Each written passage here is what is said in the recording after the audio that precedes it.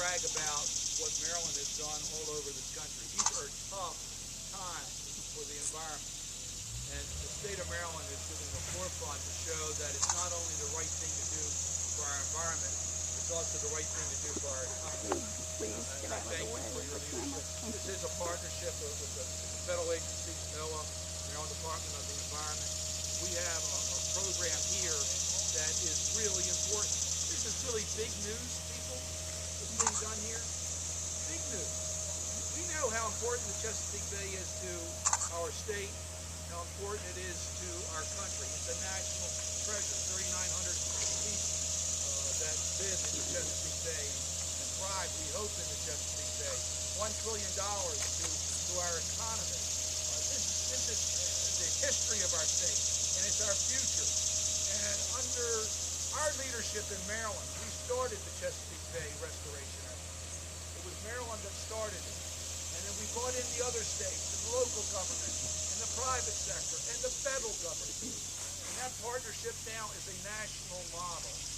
And I know it's not easy. Senator Askell is here. Senator Askell provided the leadership in our state senate to make sure that we have that type of focus on our environment. It's not easy to figure out how to deal with the bay. And I say that because it's a body of water that is endangered. We know that. We know there's too many dead zones. We know that we have real challenges on how we're going to bring it back to life. And yes, we're asking our farmers to do more in their farming practices. We're asking our developers to do more in the way that they deal with development in this region. We're asking those that do airborne pollutants to do more to reduce those pollutants. But I tell you, what we do on our shoreline is a huge part of the solution.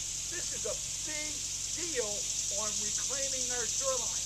The bulkheads that we all saw when we were younger, everybody putting in bulkheads, doesn't do a favor to the landowner or to our environment. It doesn't help on erosion when you have a serious storm. A living shoreline is better on erosion, and it certainly doesn't help us in keeping pollution out of the bay. Stormwater is one of our most difficult challenges that puts pollutants into our streams and our rivers and into the bay. It's not good for the health of people who live in the region, and it's certainly not good for the health of the Chesapeake Bay. These living shorelines will make a huge difference. Property owners can make a difference, and I congratulate the property owners. I thank you for your hospitality, for having us here today, for what you are allowing us, what you're doing to help yourself and to help our community.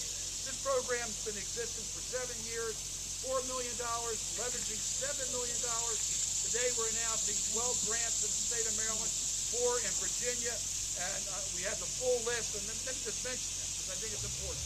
The Annapolis Cove Property Owners Association, Baltimore County Department of Recreation and Parks, Chesapeake Bay Maritime Museum, Chester River Association, Magazine Beach Improvement Association, Northeast Isle Severn Riverkeeper Program, Smithsonian Environmental Research Center, South River Federation, St. Mary's College of Maryland, the Gunston School, West Road Riverkeepers, and in Virginia, the City of Norfolk, Friends of Norfolk's Environment, Northern Virginia Regional Commission, the Landing at Bowling Square Community Association.